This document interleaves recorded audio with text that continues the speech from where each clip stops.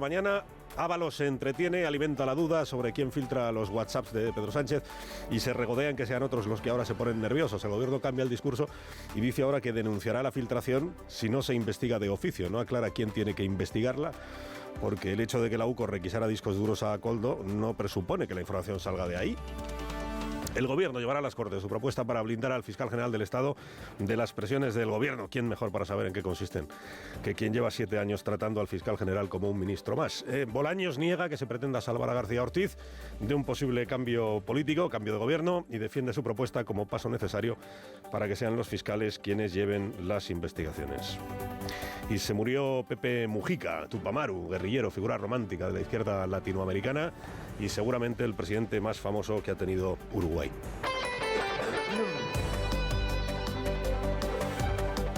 Bueno, lo primero, los WhatsApps, que se siguen publicando WhatsApps, hay doble entrega en el diario El Mundo.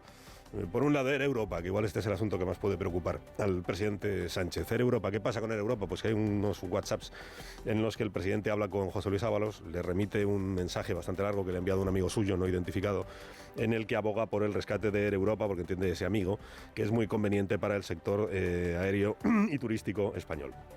Entonces Sánchez se lo remite a José Luis Ábalos y le dice: hay que darle una vuelta a esto, que parece que rescate de Europa, circunstancia añadida, que igual es donde empieza el posible problema, pues que este mensaje de Sánchez a su ministro de Transportes se habría producido 5 días después de que, según la versión de Víctor de Aldama, el señor Hidalgo, presidente de Europa o de Globalia, en aquel momento, le hubiera transmitido a Begoña Gómez en una llamada su preocupación porque la situación de la compañía pues era muy complicada, ¿no?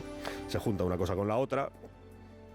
Si 5 días después de esa supuesta llamada de Hidalgo a Begoña Gómez se produce el mensaje de Pedro Sánchez a José Luis Ábalos, pues habrá quien quiera ver, claro, habrá quien quiera ver que esa es la prueba de que en realidad el presidente lo que estaba es atendiendo a la presión o la petición que que Hidalgo le había hecho a su esposa, porque Hidalgo y su esposa tenían una relación que tenía que ver con las actividades profesionales de ella. Esta primera entrega.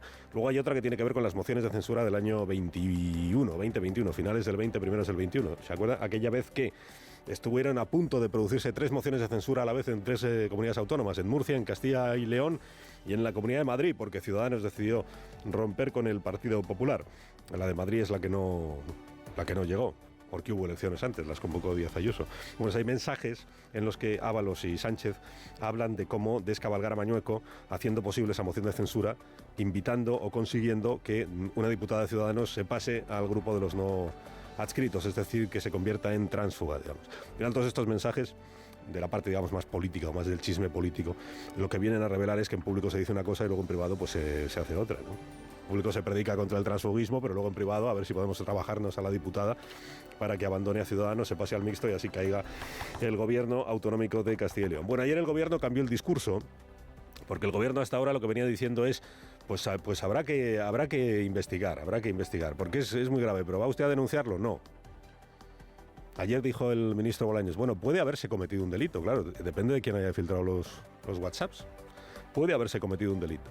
Y si no hay una investigación de oficio, tampoco dice exactamente de quién, pues entonces el gobierno presentará denuncia. No hay límites para los ataques a Pedro Sánchez, ni su privacidad se respeta.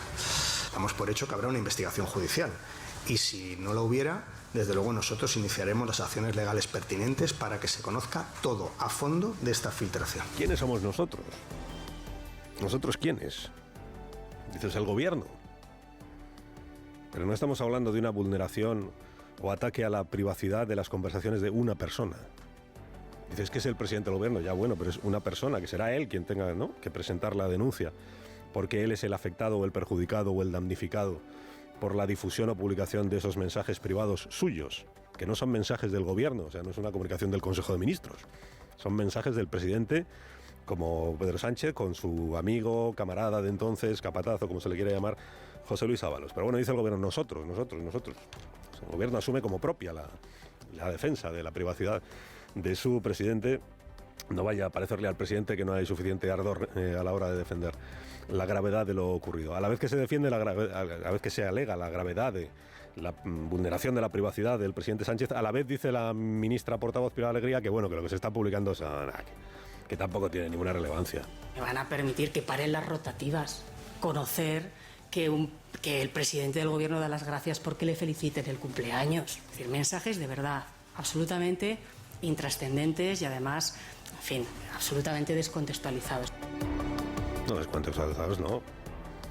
Solo quiera las fechas y saber lo que se estaba publicando en aquellos días, de qué se hablaba en aquellos días. Lo del cumpleaños es lo menos relevante, es verdad, claro. Hay una parte interesante en toda esta historia que sigue siendo quién filtra, claro, los mensajes. De los mensajes los tiene la UCO en unas memorias. Bueno, la UCO lo que tiene son los mensajes que tenía, las memorias, los discos duros que tenía Koldo García, estos que según Ábalos se los llevó Koldo cuando hicieron la mudanza del ministerio. Pero es que la mudanza del ministerio se hizo en el año 21, en el mes de junio es cuando Sánchez se deshace de José Luis Ábalos. Se han publicado mensajes que son de julio del año 23. Esos en la mudanza no pudieron estar, porque no... que faltaban 2 años para esos mensajes. Luego, si no están en los discos duros de Koldo García, los que llevó Koldo, que según Ábalos él no sabía que los tenía, si no vienen de ahí, ¿de dónde vienen? A José Luis Ábalos le han preguntado en El Independiente, y él lo que dice es que ya no quiere ni confirmar ni desmentir nada. ¿Por qué? Pues porque le da igual, porque como estos mensajes, dice, a él no le afectan. Y le preguntan, dice, pero ¿saldrán más cosas? Y dice, hombre, pues siempre salen más cosas. Pues claro, todo esto que se ha publicado hasta ahora, pues son poca cosa, o sea, son menudencias, ¿no? Dice, significa que Ábalos sabe que... Dice, no, si yo tengo mensajes desde el año 2016. De Sánchez, de María Jesús Montero, que ha salido también ahora un WhatsApp de María Jesús Montero, agradeciéndole una intervención en el Consejo de Ministros y diciéndole, tú eres nuestro tronco, José Luis, que es una manera muy cariñosa de referirse al ministro de Transportes. Nuestro tronco. A las 9 de la mañana hay sesión de control al gobierno, así que el presidente Sánchez, si lo desea, tendrá ocasión de referirse él personalmente, puesto que él es el afectado, él personalmente y de viva voz, a este asunto. Ayer presentó el ministro de Justicia el proyecto para reformar el Estatuto Fiscal, encaminado también a rematar, digamos, la reforma de la Ley de Enjuiciamiento Criminal. Es decir, que para que los fiscales se ocupen de las investigaciones que hasta ahora son de los jueces de instrucción, se garantice o se refuerce, como viene reclamándonos la Unión Europea, la Comisión Europea, se refuerce la independencia, la autonomía del fiscal general del Estado. ¿Quién mejor que el gobierno para saber cuánto hay que reforzar la independencia de un fiscal general al que vienen tratando como si fuera un ministro del gobierno de España desde hace 7 años? Ocurría con Dolores Delgado y ocurre con Álvaro García Ortiz. Bueno, el ministro lo que quiso explicar ayer es que no, porque una de las medidas de las reformas incluiría, si lo aprueban las Cortes, que el fiscal general del Estado sea nombrado para 5 años. Significa que a los 4 termina la legislatura, 4 hay cambio, puede haber cambio de gobierno, pero el fiscal no cambia. Entonces el PP dice, esto es para blindar a Álvaro García Ortiz. Por si acaso en el año 17 hay elecciones y gobierna el PP, que siga García Ortiz. El ministro, no se trata de eso, la reforma entraría en vigor en todo caso, afectaría a partir del año 18 y no podría repetir Álvaro García Ortiz, puesto que ya lleva 2 mandatos. Dice, se trata de hacer una reforma de la justicia para los próximos 50 años. Esta es una reforma a largo plazo. Estamos hablando de cambiar la estructura del enjuiciamiento criminal, estamos hablando de la instrucción, estamos hablando de que nuestro sistema de enjuiciamiento se acerque a los mejores estándares europeos. Estamos mirando a 30, 40, 50, 60 años vista. Mañana estará aquí el ministro de Justicia, así que podremos hablar de esta reforma y de estas pretensiones del gobierno. Qué bien que se refuerce la independencia del fiscal general, ¿verdad? Qué bien.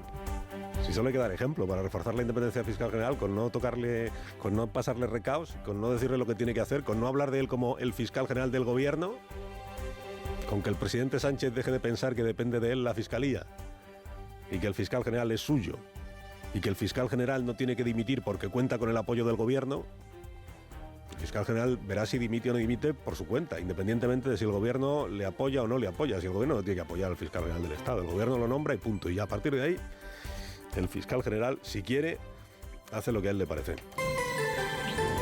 Bueno, el nombre propio de la mañana pues es el de Pepe Mujica. Va a quedar abierta la capilla ardiente en el Parlamento de Uruguay, en Montevideo, hasta el día de mañana, y luego ya se producirá mañana pues el cortejo fúnebre para el entierro de esta figura, muy conocida también en España, pero sobre todo muy conocida en Latinoamérica, en la izquierda, y no solo, en la izquierda latinoamericana, y con una vida, quiero decir una vida de película, es que hay una película sobre en la que Antonio de la Torre interpreta un pasaje de la vida, largo pasaje, fueron 12 años encarcelado, de Pepe Mujica, que seguramente fue muy conocido en el resto del mundo fuera de Uruguay como el presidente más pobre, por aquello de que llevaba una vida pues de una austeridad poco habitual o poco usual. La última entrevista que le hizo Jordi Évole, contó Pepe Mujica que su verdadera ideología era el optimismo. Ideológicamente soy optimista. Triunfar no es llegar. Triunfar es levantarse y volver a empezar cada vez que uno cae. Tener el coraje de volver a empezar. Porque eso es vivir. Hoy se recuerda en todos los obituarios que publican los periódicos pues su condición de guerrillero en su momento de los Tupamaros, su condición de político, de filósofo, y sobre todo la austeridad y la sencillez que digamos formaban parte de su imagen en el resto del mundo. Pues seguía viviendo en una granja, incluso cuando era presidente, y allí ha pasado estos últimos días, ya hacía unos cuantos días que se sabía que la situación era, pues ya que estaba ya en sus últimos días de vida. El expresidente del Uruguay, debido a este cáncer que padecía, se había confirmado ya la metástasis, él había decidido dejar de recibir tratamiento. Alsina en Onda Cero.